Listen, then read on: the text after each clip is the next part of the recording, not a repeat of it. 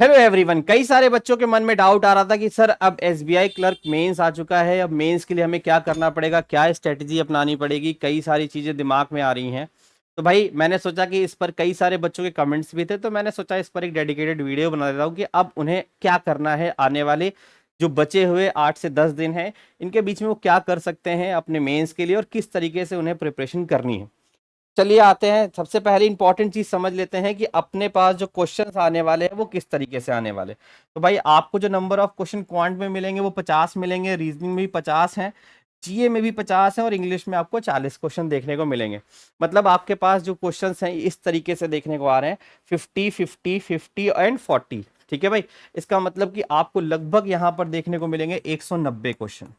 अब इन 190 क्वेश्चन को कैसे करना है, क्या करना है, कितना कैसे टाइम देना है और क्या क्या चीजें अब आपको प्रैक्टिस करनी है बचे हुए दिनों में, इसके बारे में जान लेते हैं। तो जैसा कि सबसे पहले मैंने आपके सामने रीजनिंग के बारे में ही रखा है, क्योंकि कई सारे बच्चों ने रीजनिंग में डाउट बोला था। वो कहते हैं कि सर रीजनिंग में हम स्कोर भी कर सकते हैं और रीजनिंग में ही हमारे मार्क्स डूब जाते हैं। तो हम मेंस के पेपर के लिए पहले से क्या पढ़ना शुरू कर दें और क्या क्या चीजें मोस्ट इंपॉर्टेंट है। तो जैसा सबसे पहले अगर आप ध्यान से देखो तो यहाँ पर मैंने लिखा है कोडेड, और कोडेड वर्ड के साथ लिखा है इनइक्वालिटी, उसके बाद सिलोगिज्म, उसके बाद डायरेक्शन। इसका मतलब जो आपके पास कोडेड सेक्शन है, मतलब मिसलिनियस सेक्शन में अगर हम ध्यान से देखें तो आपको कोडेड इनइक्वालिटी देखने को मिल सकती है, सिलोगिज्म देखने को मिल सकता है, डायरेक्शन मिल सकता है, कोडेड ब्लड रिलेशन देखने को मिल सकता है। ये कुछ ऐसे क्वेश्चन, सारे क्वेश्चन यहाँ से नहीं मिलने वाले, बट कुछ क्वेश्चन तो जाहिर सी बातें मिलेंगे। अब इन्हीं क्वेश्चनों पर आपको कमांड करनी है, तो इस समय आप इन क्वेश्चनों को घर में अच्छे से प्रैक्टिस कर सकते हैं, जो कि आपके लिए मोस्ट इंपॉर्टेंट है। इसको आप करिएगा, ठीक है। आप कुछ मत मत करिए, कोडेड सिलॉग्स के रोजाना हर कोडेड सेक्शन से जो बनने वाले क्वेश्चन है इनके, जैसे मैं बोलूं कि सिलोगिज्म हुआ, इनइक्वालिटी हुआ, ठीक है, इनइक्वालिटी हुआ, उसके बाद डायरेक्शन हुआ, उसके बाद ब्लड रिलेशन हुआ। तो आप इन जैसे 4 टॉपिक्स हैं, तो इनसे आप डेली लगभग 5-5 क्वेश्चन को प्रैक्टिस करिए, ठीक है। और सेक्शनल के हिसाब से रहेगा, इंपॉर्टेंट है क्योंकि ये टॉपिक वाइज है, तो इसको आपको करना बहुत जरूरी हो चुका है, ठीक है। तो आप इनको करिए, लगभग 5 से 10 क्वेश्चन की डेली प्रैक्टिस करिए और टाइमर के साथ करिएगा, ताकि आप बना पाए, क्योंकि अगर एग्जाम में आता है तो ये आएगा और अच्छे लेवल का आएगा, तो आपको बढ़िया से बनाना है। उसके बाद इसमें एक और इंपॉर्टेंट चीज आती है जिसको हम बोलते हैं क्या है, जिसको हम बोलते हैं ये डीएस, जिसका मतलब डीएस मतलब डेटा सफिशियंसी, ठीक है। अब data sufficiency one of the most important chapter हो जाता है आपके यहाँ पर, क्योंकि डेटा सफिशियंसी पर जो क्वेश्चन बनेगा वो सिलॉगिज्म, वो आपका सिलॉग से भी बन सकता है, वो आपको ब्लड रिलेशन से भी बन सकता है, वो सिटिंग से भी बन सकता है, वो पजल से भी बन सकता है ना, ऑर्डर रैंकिंग से ही बन सकता है। इसका मतलब जितने आपने मिसलिनियस में सेक्शन पढ़ रखे हैं उन सब से बन सकता है। और यहां पर लगभग आपके पास क्वेश्चन मिल जाएंगे 4 से 5, है ना। तो 4 से 5 क्वेश्चन इस डीएस सेक्शन के अंदर आपको देखने को मिलेंगे। इसको आपको बहुत ही शानदार तरीके से कर लेना है। अगर आपके मिसलिनियस टॉपिक अच्छे से हुए हैं, क्योंकि आपने प्री दे रखा है और ओवरऑल प्री क्लियर करके ही मेंस में आ रहे हैं, तो ये जो टॉपिक है एक्चुअल में देखा जाए तो मेंस ओरिएंटेड ही होता है। जो क्वेश्चन आपको मिलेगा, सॉरी, मेंस में देखने को मिलता है, बट प्री ओरिएंटेड ही होता है। प्री ओरिएंटेड कैसे बोल सकते हैं, आपने मान लो वहां पर ब्लड रिलेशन का क्वेश्चन किया, और वैसा ही क्वेश्चन नॉर्मल वाला पजल बेस्ड वाला यहां पर देखने को मिल जाएगा। ऑर्डर रैंकिंग का क्वेश्चन देखने को, sitting arrangement, circular sitting arrangement पर भी बेस्ड क्वेश्चन मिल जाएगा। मतलब छोटा ही रहता है, बट आपको सिर्फ बताना होता है। तो ये 4 से 5 क्वेश्चन आप इजिली कवर कर सकते हैं, ठीक है। दूसरा आता है हमारे पास, जब नेक्स्ट सेक्शन में देते हैं, तो यहां पर लिखा है कोडिंग डिकोडिंग। हाँ, coding decoding one of the most important chapter है यहाँ पर। क्यों? क्योंकि यहाँ पर जो कोडिंग आती है वो मेंस लेवल की आती है, जिसमें सिंबल्स भी होगा, नंबर भी होंगे, लेटर्स भी होंगे, या किसी न किसी पैटर्न को लगाकर वो बनाया जा रहा होगा। ऑपोजिट भी हो सकते हैं, रिवर्स ऑर्डर में भी ले सकता है। फर्स्ट किसी का कोड बनाने के लिए फर्स्ट लेटर को भी ले सकता है, लास्ट लेटर को भी ले सकता है, फर्स्ट लेटर का ऑपोजिट भी लेकर वो कोड बना सकता है। मतलब ये टॉपिक इंपॉर्टेंट है, बट मैं ये नहीं कहता कि ये बहुत स्कोरिंग टॉपिक है, क्योंकि 90% ऐसा होता है कि आप इसमें स्कोर नहीं कर पाते, है ना। 90% यहाँ पर बच्चे फंस जाते हैं। तो इसके लिए मैं आपसे ये भी नहीं कहूंगा कि आप इसकी बहुत दबाकर प्रैक्टिस करिए, आप इसकी प्रैक्टिस करिए और इसको आप अपना स्कोरिंग मत मान के जाइएगा। जैसे आपके सामने अगर यहाँ से क्वेश्चन बनेगा तो वो स्कोरिंग है, ये क्वेश्चन को, ये सारे सेक्शन जो है ये स्कोरिंग है, यहाँ से आप अपने नंबर खींच सकते हैं, ठीक। उसके बाद बट इससे नहीं खींच सकते, अगर आया तो आया, नहीं आया तो नहीं आया, मतलब इस पे हम दांव नहीं खेल सकते, है ना, कि हमारा पेपर में बन ही जाएगा। अगला आता है machine input, one of the most important topic है इसके क्या कहते हैं आपके एग्जाम के लिए। अगर आपने इसको करा हुआ है तो ये भी कम से कम 5 मार्क्स आपको देकर जाने वाला है, और ये 5 मार्क्स आपको करने पड़ेंगे, क्योंकि जब भी आप मेंस देने आते हैं तो आपके लिए डीएस और इनपुट एंड आउटपुट ये दोनों ही मोस्ट इंपॉर्टेंट है ना। ये आपको नंबर देंगे, आपको नंबर बनाने हैं, तो ये आपको अच्छे से करना है, घर में इसकी भी प्रैक्टिस करनी है। आप डीएस और इनपुट आउटपुट की भी लगातार प्रैक्टिस करिए, इनपुट आउटपुट का रोज 2 से 3 क्वेश्चन लगाइए। आपका मेंस है, दबा कर प्रैक्टिस करनी है। एक स्टेप बची है, 10 से 12 दिन, 8 से 10 दिन के बाद पेपर, तो उस पेपर को क्लियर करो और फटाक से नौकरी ले लो, है ना। नौकरी लेने के लिए इससे बढ़िया ऑप्शन आपके पास नहीं मिलेगा, ठीक। तो आपको, अब आप प्री पास कर चुके हैं, मेंस में है, तो भैया बहुत जरूरी है डीएस पर काम कर लीजिए, इनपुट आउटपुट पर काम कर लीजिए। इस पर आपको रोजाना 2 से 3 क्वेश्चन दबाकर प्रैक्टिस करनी है, अच्छे से करनी है, टाइमर के साथ करनी है। अगला सेक्शन आता है क्रिटिकल रीजनिंग।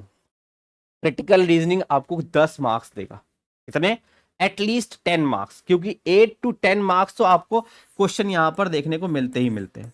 8 से 10 question, assumption, argument, conclusion, force of action, cause and effect, inferences, तो भाई ये टॉपिक है इसके अंदर। क्रिटिकल रीजनिंग आपके लिए मोस्ट इंपॉर्टेंट है। कई बच्चे इसको नहीं पढ़ते हैं, बट आप नहीं पढ़ेंगे तो मेंस पास नहीं कर पाएंगे। क्यों? क्योंकि 90% ऐसा होता है कि आप इस पजल वाले सेक्शन को अच्छे से नहीं कर पाते, ठीक है, क्योंकि पजल का लेवल आ जाता है।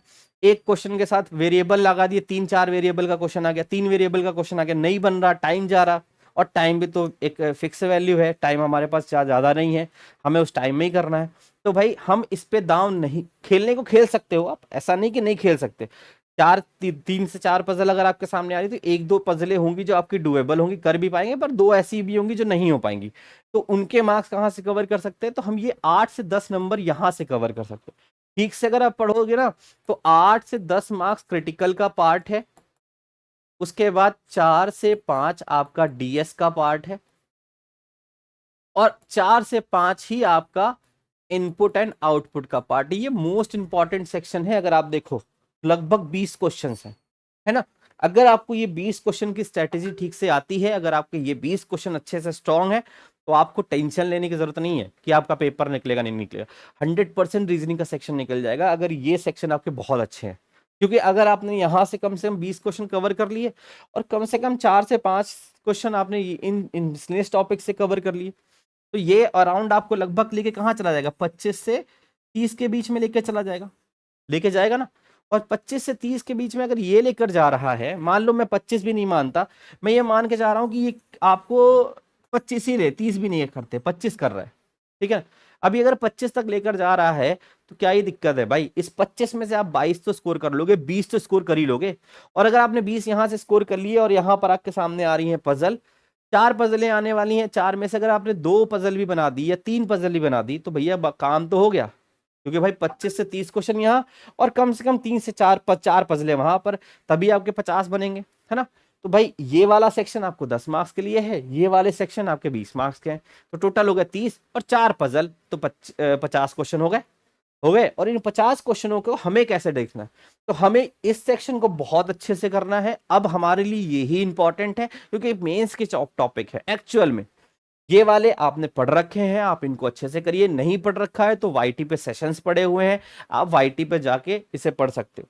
उसके बाद आता है पजल सेक्शन। पजल में मैं ये नहीं कहूंगा कि आपसे सारी बन जाएंगी, पजल में आपसे सिर्फ बनेगी तो 1 से 2 पजल बनेंगी, मैक्सिमम बता रहा हूँ, 1 से 2, इससे ज्यादा नहीं बन सकती। बट आपको देखना है कि कौन सी हमसे बन सकती है, जिसमें आपके कमांड बहुत अच्छा हो, उसको लेना। फ्लैट एंड फ्लोर आ सकती है, उसको बना सकते हो। उसके बाद आपके पास फ्लैट एंड फ्लोर अगर आपका कमांड अच्छा नहीं है, तो आपको एज वाली पजल के भी चांसेस बहुत ज्यादा है। कैटेगरी बेस्ड आ जाती है तो उस पर चांस ज्यादा है, वेरिएबल के साथ आ जाती है।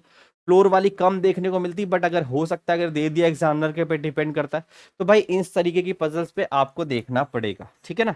तो आप यहाँ पर थोड़ा फ्लैट एंड फ्लोर को प्रैक्टिस कर लेना, क्योंकि ये चांसेस इसके 99% है कि ये आपको वहां देखने को मिल जाएगी, ठीक है भाई, 99% है कि ये आपको वहां देखने को मिल जाएगी। उसके बाद ये तो हो गई कि हमें क्या क्या करना है ये चीजें। अब हमें कैसे करना है, कहां से करना है, ये भी जानना बहुत जरूरी है। तो भाई आपके पास क्या करना है, आपके पास रिवीजन करने के लिए क्या करना चाहिए, तो वाईटी के सेशंस देख लो, जैसे मैंने भी कुछ सेशंस वाईटी के लिए रखे हैं, आप उसको देख लो, या हमारे चैनल पे मेंस के सेशंस पड़े हुए हैं, वाईटी के मैम ने करा रखे हैं, कुछ मैंने करा रखे हैं, आप उनको देख सकते हो। और कहीं अदर सोर्सेज से भी अगर आपका देखने को मन हो तो वाईटी के सेशंस को देख लो। सेशंस को पूरा नहीं मतलब देखने बैठ जाना। कोडेड सिलोगिज्म पढ़ना है तो सिर्फ कोडेड पढ़ लेना भाई, सिलोगिज्म नहीं पढ़ना, ठीक है ना। तो ऐसे आप कर सकते हो। उसके बाद आपको सेक्शनल मॉक लगाने हैं। सेक्शनल मॉक आप कहीं से भी लगा सकते हो, आपने किसी ना किसी प्लेटफॉर्म का जरूर खरीद रखा होगा, जहां का भी खरीद रखा है वहीं से उठाओ, उनके सेक्शनल मॉक लगाओ। सेक्शनल पूरा पूरा कंप्लीट कराएगा, इसको खत्म करो। सेक्शनल मॉक ही आपको बहुत अच्छी स्पीड दे सकता है, उसके अलावा कोई ऑप्शन नहीं है, तो आप इसको कर सकते हो। उसके बाद उसके आपके लिए पेपर से पहले हम लोग कोई ना कोई एक मैराथन जरूर लेकर आएंगे, तो आप उस मैराथन को ले सकते हो, लाइव सेशंस को अटेंड कर सकते हो, वो आपके लिए बहुत इंपॉर्टेंट है।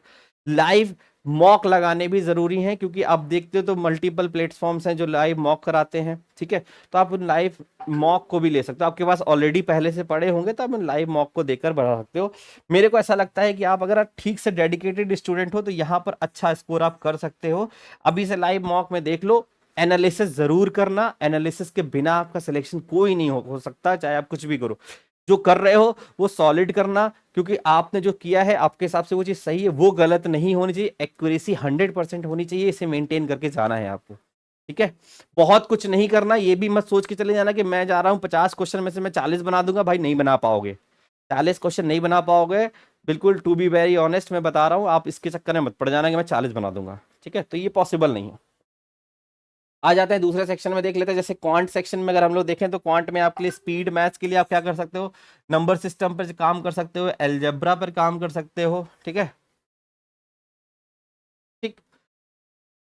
ओके, एंड उसके बाद आपके पास डीआई सेक्शन आपको मिलेगा, तो डीआई पर काम कर सकते हो, अर्थमेटिक पर काम कर सकते हो। Arithmetic one of the most important है, क्योंकि मेन सेक्शन आपका अर्थमेटिक ही है जो आपके लिए इंपॉर्टेंट सबसे ज्यादा बनता जा रहा है, ठीक है।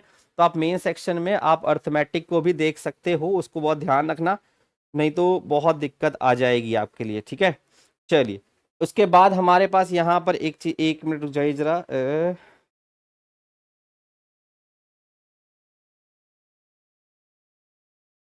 ठीक है।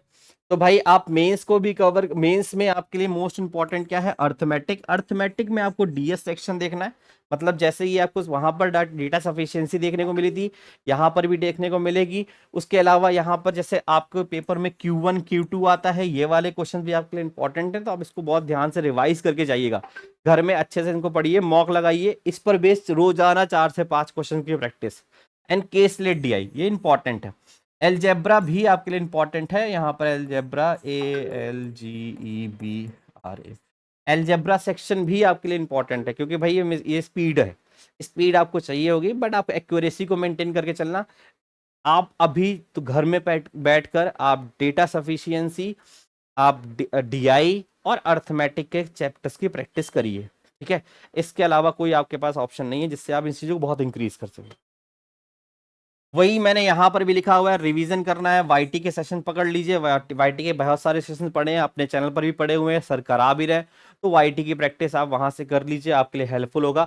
सेक्शनल मॉक आपको यहाँ पर भी लगाने हैं, और मैराथन जो इससे रिलेटेड जितनी भी मैराथन आपको देखने को मिले, मेंस लेवल की ही मैराथन देखिएगा, और फालतू कंटेंट पे मत जाइएगा, किसी और का उठाया देखा पड़े हैं काम का आने नहीं, तो ऐसा भाई मत करना, है ना, ये जरूरी है। क्वांट के बारे में मैंने, वो कई बच्चों का डाउट था कि सर क्या करना चाहिए, तो मैंने क्वांट के बारे में थोड़ा सा डिटेल ज़्यादा तो नहीं रखा, बट जो आपके लिए मोस्टली इंपॉर्टेंट है वो बात मैंने आपको बता दी है। चलिए, इसके बाद एक और नया सेक्शन है जिसको हम बोलते क्या है, जीए, जनरल अवेयरनेस। सबसे इंपॉर्टेंट चीज है आपके लिए, पेपर के पॉइंट पे देखें तो जनरल अवेयरनेस से इंपॉर्टेंट कुछ रहा ही नहीं, है ना। ये आपको ऐसा चीज है जो कम समय में ज्यादा मार्क्स दिलाता है। अब इसके लिए करना क्या है, तो सबसे पहले तो आपको करनी है क्या, डेली नोट्स। ये डेली नोट्स कैसे हैं, जो कि डेली नोट्स आपने बना रखे हैं किसके, करंट अफेयर के, किसके बना रखे होंगे, करंट अफेयर के जो डेली नोट्स बना रखे हैं। बैंकिंग अवेयरनेस के जो आपके पास नोट्स बने हुए हैं उनको पढ़ लीजिएगा बहुत अच्छे से, बैंकिंग अवेयरनेस को पढ़ना है क्योंकि ये भी कवर कराएगी आपकी, है ना। बैंकिंग अवेयरनेस को पढ़ना है, पॉलिसीज को पढ़ना है, मतलब जो भी पॉलिसी गवर्नमेंट की स्कीम्स आ रखी हैं उनको भी पढ़ना है, पॉलिसीज को पढ़ना है, स्कीम पढ़नी है, ये सारे टॉपिक आपको कवर करने हैं। डेली पढ़ना है, डेली नोट्स आपने बनाया होगा या मंथली बना रखा है या वीकली बना रखा है, तो उनको प्रॉपरली पढ़ना है। बैंकिंग से रिलेटेड ही टॉपिक्स को पढ़ना है, सब कुछ नहीं पढ़ना, ये बहुत जरूरी है। ठीक है। आप यहाँ पर मिनिमम आपके पास 6 मंथ का यहाँ पर करंट अफेयर आपके पास होगा, तो अभी से लगाकर 6 महीने का पीछे का देख लीजिएगा, करंट अफेयर जो 6 महीने का हो उनको दबा कर पढ़िएगा। कोई भी टॉपिक करंट अफेयर का छूटना नहीं चाहिए, सिर्फ 6 महीने की करंट पढ़नी है आपको, बहुत कुछ नहीं पढ़ना। तो 6 महीने की करंट आप कवर कर सकते हो। आपको कहीं से पीडीएफ मेडल मिल जाए, कहीं से कैप्सूल्स मिल जाए, जो कि मैंने अगला लिखा हुआ है कैप्सूल पीडीएफ, अगर आपको कहीं से भी कैप्सूल मिल जाता है, मंथली कैप्सूल मिल जाते हैं, कई बहुत सारे चीजें आपको मिल जाती हैं टेलीग्राम से, कई सारे ग्रुप्स हैं जहां पर डेली के पीडीएफ आ जाते हैं। अपने चैनल पर भी पीडीएफ पड़े हुए हैं, आप banker ground by career well पे चले जाओ, वहां पर आपको डेली की पीडीएफ मिल जाएगी।